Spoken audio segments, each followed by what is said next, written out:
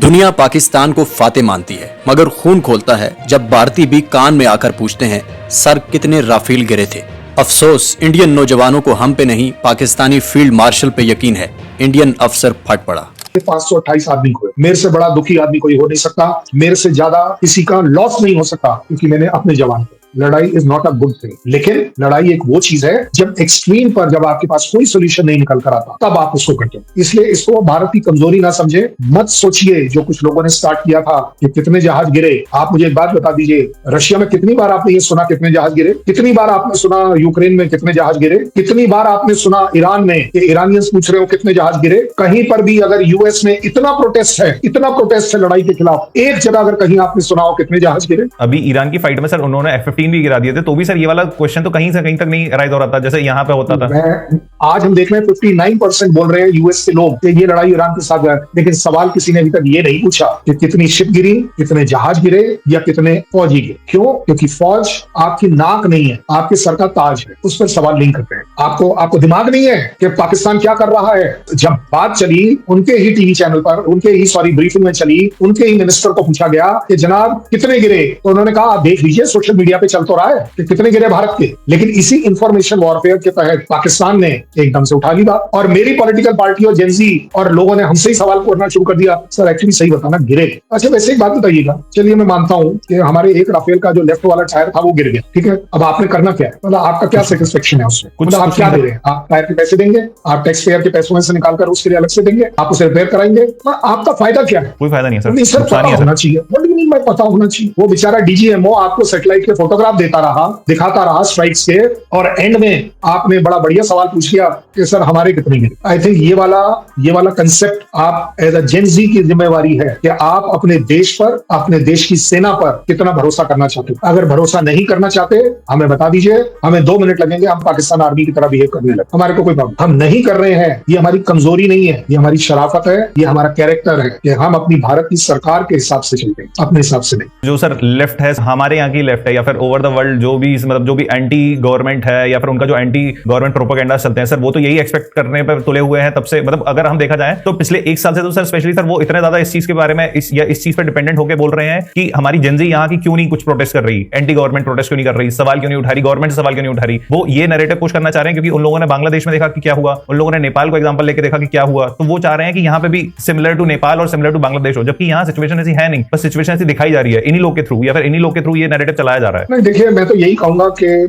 Yes, मैं अपनी फौज की गलती मानता हूं कि हमने आप लोगों के साथ नैरेटिव नहीं चलाया। हमने खुली किताब की तरह आपके सामने सब कुछ बताया। आई थिंक आज के बाद हमने ये जरूर सीख लिया फौज में कि अपनी जेनजी को भी, अपने देश को भी आपने एक नैरेटिव चलाना है, तभी देश चलेगा, अदरवाइज नहीं चलेगा। आज के बाद आप लोग शायद हमें यही बता रहे हैं, और मैं तो कहूंगा आज के बाद फौज हमारी भी ट्रेनिंग ले इस बात में कि अपने देश के साथ खेला कैसे किया जाता है, अपने देश के साथ एक इंफॉर्मेशन वॉरफेयर कैसे करी जाती है। तो आप सोच लीजिए कि आप चाहते क्या है, क्योंकि मुझे नहीं पता कि पॉलिटिकली लोग क्या चाहते हैं, मीडिया क्या चाहता है, जेनजी क्या चाहता है। आपको पसंद नहीं आ रही, well we will deal with you separately. Sir Gen Z के लिए सर आप क्या मतलब एक सजेशन देना चाहेंगे कि इस जो भी सारी ये चीजें होती है, तो ये ऐसा तो है नहीं कि सर ये वंस एंड फॉर ऑल हो गई है, क्योंकि आगे भी कुछ होना है। और इतना जब ईरान और यूएस में इतना ज्यादा हर दिन कुछ ना कुछ नया डेवलपमेंट आ रहा है, हर दिन हम लोग का ये रहता है कि इंडिया का स्टैंड क्या है, कि इंडिया कहां स्टैंड कर रहा है इस वॉर में, सारी चीजें। आप जेनजी को या फिर आप जो अभी अपकमिंग जनरेशन है इसको आप सर इस वॉर को अपने एक उसमें रख के आप क्या बताना चाहेंगे? आपका सवाल है अवाम बिल्कुल सही है कि यूएस ईरान के युद्ध में इंडिया का क्या स्टैंड है, ये काफी हद तक पूछा जा रहा है। तो मुझे आप एक बात बताओ, स्टैंड होना क्या चाहिए,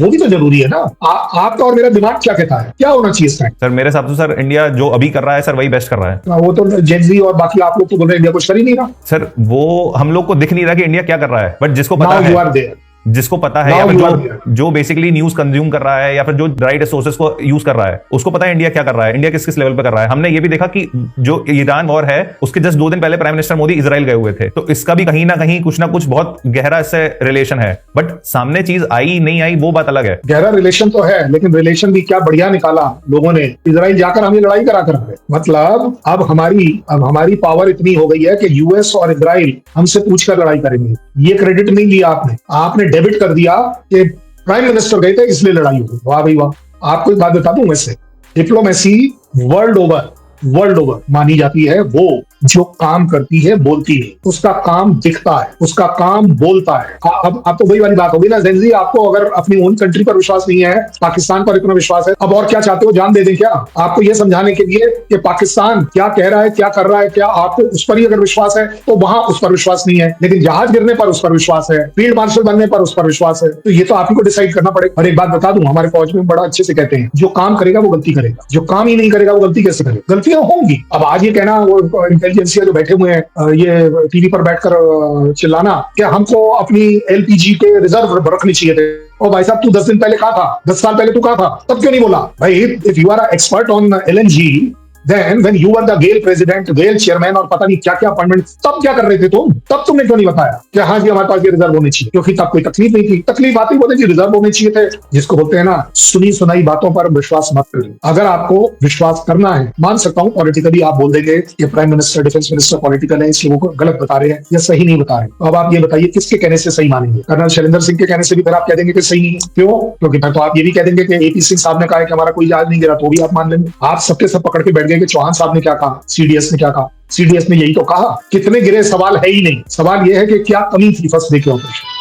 आपने कह दिया कि जी डोवल साहब जो है वो तो पॉलिटिकल है, इसलिए उन्होंने कहा कि अगर कोई भी एयर फ्रेम अगर टूटा है तो बताओ, मुझे फोटो तो दिखाओ। कि नहीं, हम वो बातों पर बिलीव करेंगे सुनी सुनाई जो देश के खिलाफ हो, उस पर तो बिलीव करेंगे। और वो जो देश का और देश की सेना की रिस्पेक्ट भी करेंगे। देश की सेना की रिस्पेक्ट करोगे, आर्मी चीफ की नहीं करोगे क्योंकि वो जो बोल रहा है वो झूठ बोल रहा है। एयर चीफ की नहीं करोगे क्योंकि वो जो बोल रहा है झूठ बोल रहा है। मुझे तो ये नहीं समझ आ रहा कि मैं आप लोगों पर विश्वास कैसे करूं। So that is where the problem. Iran और यूएस की वॉर चल रही है जिसमें इजराइल का बहुत बड़ा रोल है, जिसमें पाकिस्तान अपना रोल प्ले कर रहा है, और ये सारी चीजें कैसे इंडिया को इफेक्ट कर सकती है या फिर इस पूरे रीजन का जो फ्यूचर है उसके बारे में हमारा आज का मेजरली डिस्कशन रहेगा सर। उसी के रिगार्डिंग मैं आपसे जानना चाहूंगा सर, जो भी ईरान और यूएस की प्राइमरीली जो लड़ाई चल रही है उसमें पाकिस्तान का इन्वॉल्वमेंट भी है, आप अपने पर्सपेक्टिव से मतलब हम लोग को कैसे बताना चाहेंगे कि इसमें पाकिस्तान कैसे इन्वॉल्व है और ये जो कॉन्फ्लिक्ट चल रहा है इसका इंडिया पे कैसे पड़ सकता है? देखिए, हमारे यहाँ हमारे कंट्री में ये जनरली हम देखते हैं कि हमारे पास एक बड़ी तगड़ी एंटी पाकिस्तान सेंटीमेंट होती है और उस वजह से कई बार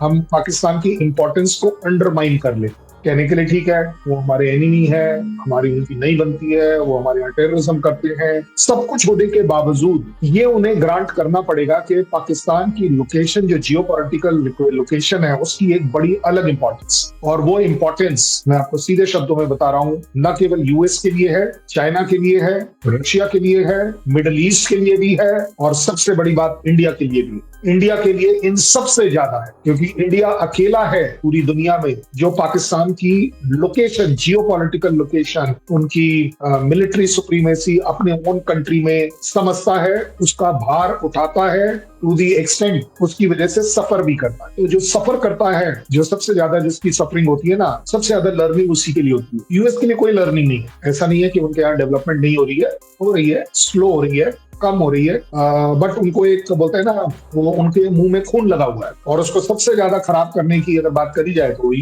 यूएस से भी क्यों किया? क्योंकि उसे चाहिए था अफगानिस्तान में रशिया को बाहर करना। कौन कर सकता है? चाइना करेगा? नहीं करेगा। कौन करेगा? वो करेगा जिसका अफगानिस्तान के साथ एक अच्छा खासा बॉर्डर है, पाकिस्तान। एक और ले लीजिए, आजकल ईरान की लड़ाई चल रही है। ईरान की लड़ाई में अगर हम देखें, पाकिस्तान की इंपॉर्टेंस, हमारा आकलन था कि पिछले बार जब ट्रम्प सरकार में आए थे, यूएसए की सरकार प्रेसिडेंट बनी थी, तो उन्होंने पाकिस्तान को अपनी गोद से उतार के नीचे फेंक दिया। टू द एक्सटेंट उन्होंने ये भी कह दिया था कि we will not provide money to Pakistan who is into terrorism. और तब वहां एक बॉनहोमी दिख रही थी कि वो इंडिया इंपॉर्टेंट बनता चला जाए। हालांकि दोनों ही कंट्रीज रिक्वायर्ड हैं उन्हें, दैट इज यूएसए को। किस वजह से? सिर्फ और सिर्फ रशिया और चाइना की वजह से। क्योंकि उन्हें मालूम है कि अगर रशिया और चाइना को न्यूट्रलाइज करना है, अपना एक बेस लेना है, अपना एक प्यादा रखना है, अपनी एक कठपुतली रखना है, तो वो पाकिस्तान और हिंदुस्तान के जरिए बड़े आसानी से। उन्होंने देखा कि ट्रम्प पिछले टर्म में एंटी पाकिस्तान हो रहे कुछ हद तक। क्यों? क्योंकि अफगानिस्तान से वो निकल रहे,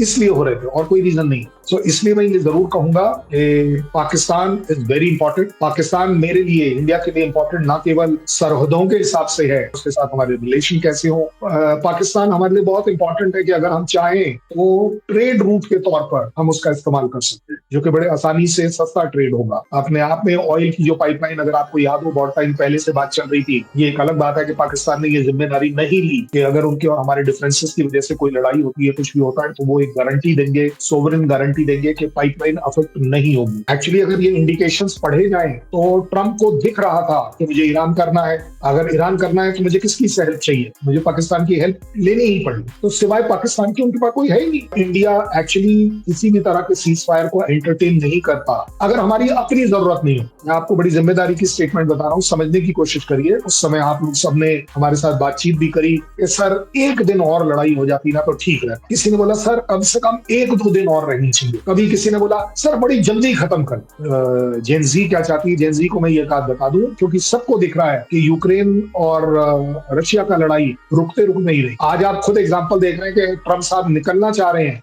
नहीं निकल पा रहे।